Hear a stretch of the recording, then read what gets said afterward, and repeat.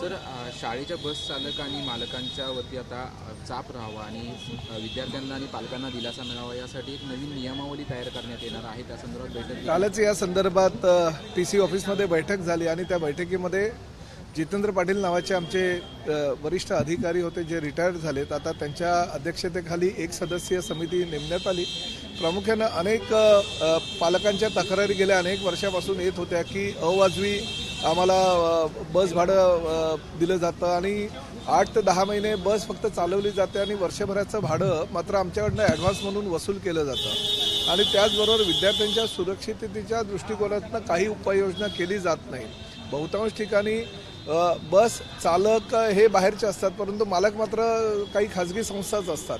त्यामुळे त्यावर काहीतरी बंधनं असणं गरजेचं आहे। 2011 साली मदान जे अधिकारी होते IAS त्यांच्या अध्यक्षतेखाली एक समिती नेमण्यात आली होती आणि त्यांनी या विषयावरचा अहवाल तयार केला होता, परंतु त्या घटनेला आता जवळजवळ 14 वर्ष झालेली आहे। आता नियमावलीसुद्धा बऱ्याच ठिकाणी बदललेल्या आहेत आणि त्यामुळे वाढत्या विद्यार्थ्यांची संख्या लक्षात घेता आणि विद्यार्थ्यांच्या सुरक्षिततेचा विचार करता प्रत्येक बसमध्ये पॅनिक बटन त्याचबरोबर स्प्रिंकलर जर एखादी आगीसारखी दुर्घटना घडली तर ते त्यातनं विद्यार्थ्यांचा बचाव व्हावा यासाठी आणि त्याचबरोबर GPS यंत्रणा जेणेकरून बस जर कुठेही चालकाने नेली तर ती कुठे आहे याची जाणीव शाळा चालकांना किंवा पालकांना व्हावी यासाठी त्या ठिकाणी GPS यंत्रणा आणि CCTV अशा प्रकारची यंत्रणा त्या बसमध्ये आवश्यक आणि फी आकारणाऱ्या बस चालक मालकांकडे किंवा संस्था चालकांकडे त्याचं कंट्रोल रूम असणं आवश्यक आहे। अशा प्रकारच्या काही सूचना केलेल्या आहेत आणि त्या सगळ्या सूचनांचा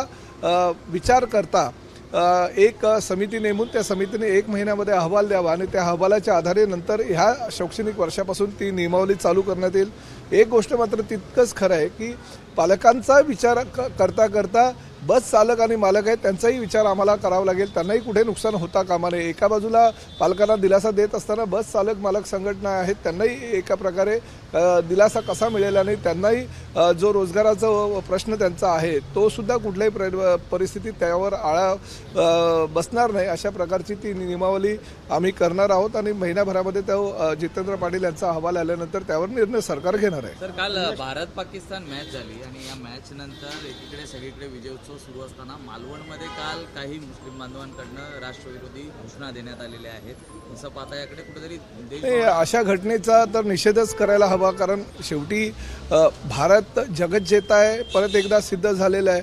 आजपर्यंत जेवढ्या मॅचेस झाल्या त्यामध्ये 3 मॅचेस फक्त पाकिस्तानने जिंकलेल्या, 14 ते 15 मॅचेस या भारताने जिंकलेल्या आणि भारताची जी खेळाडूंची क्षमता आहे ती पाकिस्तानच्या खेळाडूंपेक्षा वरचढ हे वारंवार सिद्ध झालेलं आहे आणि शेवटी भारताचा विजय हा देशाचा विजय आणि त्या देशाच्या विजयामध्ये जल्लोष साजरा करणं प्रत्येक भारतीयाचं कर्तव्य आहे। जो भारतीय नसेल आणि भारताबद्दल ज्याला आत्मीयता नसेल तो अशा प्रकारे जर काही कृत्य करत असेल तर त्याच्यावर देशद्रोहाचा गुन्हा दाखल करणं गरजेचं आहे। ज्येष्ठ साहित्यिक इंद्रजीत सावंत यांना धमकी आलेली आहे, कसं पाहता त्याकडे? एका पत्रकाराच्या माध्यमातून त्यांना धमकी आली असं ऐकलंय, परंतु त्या पत्रकारानंच खुलासा केला आहे की तो माझा आवाज नव्हता आणि या टेक्नॉलॉजीच्या आधारे ते काही वार्तालाप तो झालेला आहे। त्यामुळे ह्या विषयावरचं गांभीर्य काही एवढं मला मोठं वाटत नाही आणि पोलिसांनी ह्यात कामी योग्य तो तपास करणं गरजेचं आहे। कर्नाटकमध्ये छत्रपती संभाजी महाराजांच्या सिरियलचा शेवट एका विशिष्ट प्रकारे करावा असा माझ्यावरती दबाव होता।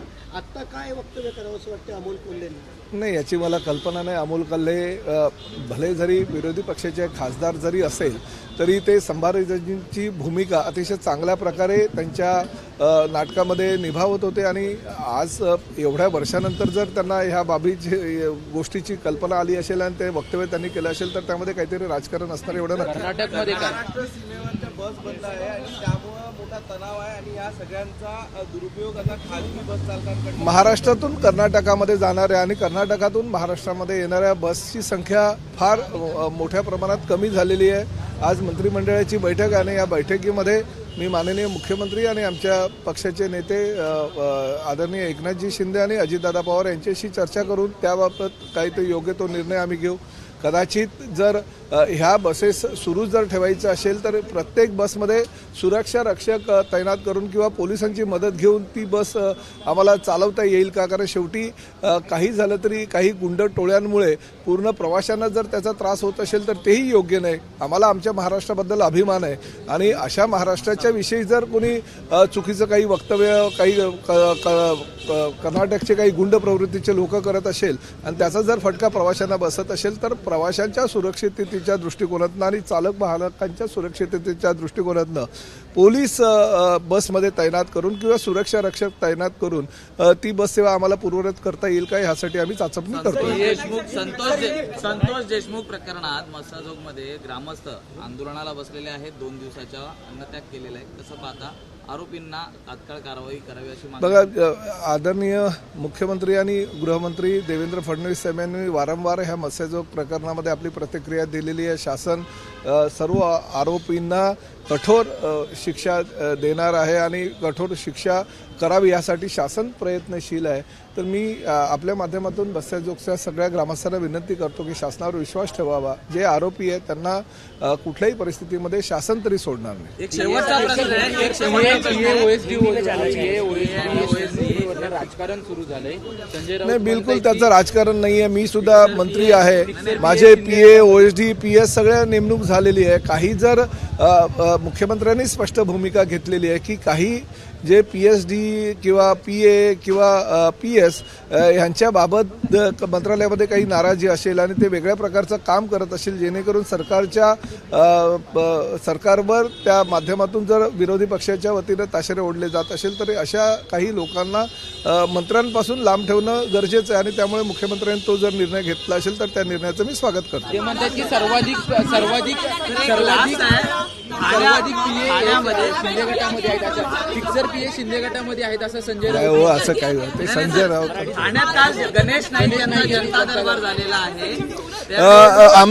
आमदार श्री भारतीय जनता पक्षाचे आमदार श्री संजय केळकर व भारतीय जनता पक्षाचे आमदार श्री निरंजन डावखरे यांच्या मतदारसंघामध्ये गणेश नाईकांनी काल जनता दरबार घेतला. त्यांचं मी स्वागत करतो कारण शेवटी जनतेचे प्रश्न सोडवण्यासाठी प्रत्येक मंत्र्यांनी जागोजागी असे जर जनता दरबार घेतले तर त्याचं स्वागतच व्हायला हवं. कारण हे महायुतीचं सरकार आहे आणि महायुतीमध्ये भारतीय जनता पक्ष, शिवसेना आणि राष्ट्रवादीची ही अभेद्य युती आहे. त्यामुळे ह्या युतीच्या माध्यमातून जर लोकांचे प्रश्न सुटत असतील किंवा आमच्या पक्षाच्या काही कार्यकर्त्यांचे प्रश्न असतील त्या विषयावर जर चर्चा घडत असेल आणि त्याला न्याय मिळत असेल तर ते चुकीचं काही आहे. मी कालच ऐकलं की परत संजय केळकरांच्याच मतदारसंघामध्ये काशीनाथ घाणेकर नाट्यगृहामध्ये सुद्धा ते मार्च महिन्यामध्ये जनता दरबार घेणार आहे. त्यांचंही स्वागत आहे कारण चांगल्या प्रकारचं काम ह्या महायुतीच्या सरकारच्या माध्यमातून होत आहे. हा जनतेमध्ये चांगला एक विश्वास निर्माण होतोय. मी सुद्धा पालघरमध्ये काही दिवसातच जनता दरबार म्हणजे माझ्या माध्यमातून जनता दरबार न होता ते लोकदरबार, कारण मी लोकदरबार मीरा भाईंदरला वगैरे चालू केलेलं आहे त्या माध्यमातून तिथेही मी पालघरमध्ये घेणार आहे. त्यामुळे ही अशी कामं मंत्र्यांनी करावीच असे ह्या मताचा मी आहे. मी धाराशिवचा पालकमंत्री आहे. मी सोलापूरला पण सगळ्या कार्यकर्त्यांच्या गाठीभेटी घेतल्या, त्यांचे प्रश्न सोडवले. त्यामुळे राज्यभर फिरून जर लोकांचे प्रश्न सोडवत असतील, आपली पक्ष वाढत असेल तर त्यासाठी काही गैर काहीच नाही.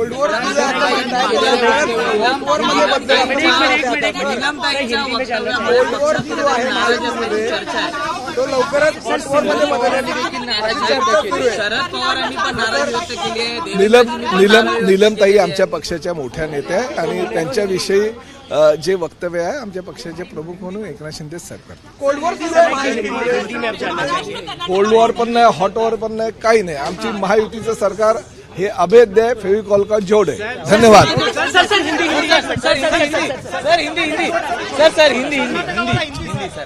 हाँ चला नहीं, देखिए हमारे जो प्रिंसिपल सेक्रेटरी है संजय सेठी जी, उनके साथ कर्नाटक की सरकार बात कर रही है. उनकी मांग है कि कर्नाटक की जो बस फेरे है वो वापिस चालू किए जाए. उनके साथ मेरी बात तो हो गई है और उस माध्यम से हम यही सोच रहे हैं कि अगर ये प्रवासी वाहतूक अगर वापिस शुरू करनी है तो किसी भी हालत में हर बस में सुरक्षा रक्षक या पुलिसकर्मी की अगर ज़रूरत होगा और सरकार वो प्रोवाइड करती रहेगी तो हम बस चालू करने के लिए तैयार है। मगर आखिर हमारे कर्मचारी जो है उनकी सुरक्षा और हमारी प्रवासियों की सुरक्षा हमारे हिसाब से बहुत बड़ी चीज़ है। भारत पाकिस्तान का मैच था सर, भारत पाकिस्तान का मैच था, जिस तरह से कैबिनेट में भी डिस्कस होगा ये मुद्दा। बिलकुल नाही। तत्कालीन मुख्यमंत्री एकनाथ शिंदे साहेब आणि शिवसेना पक्षाचे मुख्य नेते आदरणीय एकनाथ शिंदे साहेब यांनी मुख्यमंत्री पदाच्या कार्यकाळामध्ये ज्या ज्या काही योजना चालू केलेल्या आहेत ती एकही योजना रद्द होणार नाही। परंतु ह्यापुढे मात्र परिवहन सेवा जर योग्य प्रकारे आम्हाला चालवायची असेल आणि परिवहन सेवा जर लोकांना जास्तीत जास्त सुविधा त्या माध्यमातून द्यायची असेल तर ह्यापुढे कुठल्याही आम्हाला योजना चालू करता येणार भारत नाही। पाकिस्तान का मैच हुआ था मालवनी में, देश विरोधी नारे लगाए गए जब देखिए, पाकिस्तान मैं भारतीय हूँ, इसका मुझे गर्व है और हमारे भारत के खिलाड़ियों ने दिखाया कि आखिर जगत जेता जो है वो भारत ही है। पूरे देश में हमारे देश की 140 करोड़ जनता उस दिन बहुत जल्लोष कर रही थी और पूरे देश में पटाखे की आतिशबाजी होती थी और ऐसी परिस्थिति में किसी अगर एक विभाग में भारत के खिलाफ अगर नारेबाजी लगती है तो वो देशद्रोहियों को जल्द से जल्द अटक करना चाहिए और उनके ऊपर गुना दाखिल होना चाहिए। बुलडोजर भी चलाए गए हैं, बुलडोजर नहीं, का मुझे एक्शन उसके दिखाई मुझे दिया है। कल्पना नहीं है। तो महाराष्ट्र यूपी बन रहा है क्या सर? हर बार बुलडोजर चल रहा हाँ, है। महाराष्ट्र यूपी बन रहा है क्या सर? जो कंसेशन दिया जा रहा था सीनियर सिटीजन और जो महिलाएं आदरणीय हमारे पार्टी के मुख्य नेता और माजी मुख्यमंत्री और अब के उप मुख्यमंत्री एकनाथ शिंदे साहब के कार्यकाल में जितनी भी योजना चालू थी वो एक भी योजना बंद नहीं की जाएगी और हम ज़्यादा से ज़्यादा वो योजना और ज़्यादा किसी तरह से अच्छी तरह से उसके ऊपर अमल करते हैं वो हम देखेंगे। मगर एक भी योजना उनके कार्यकाल में जो शुरू है बंद नहीं की जाएगी। सर, ओएसडी और पीए को लेकर जिस तरह से कुछ भी नहीं है। अभी देखिए ओएसडी और पीए को लेके हमारे मुख्यमंत्री हमारे मुख्यमंत्री श्री देवेंद्र जी फडणवीस साहब ने उन्होंने अपना बयान किया है कि जो कुछ गलत लोग उसमें घुसने की कोशिश करते थे मंत्रियों के पास उनके ऊपर लगाम किया जा रहा है और खासकर मेरे ख्याल से अभी ज़्यादा से ज़्यादा मंत्रियों के पीए पीएस और ओएसडी अभी हो गए और उनकी नियुक्ति भी हो गई है। धन्यवाद। एबीपी माझा, उघडा डोळे बघा नीट।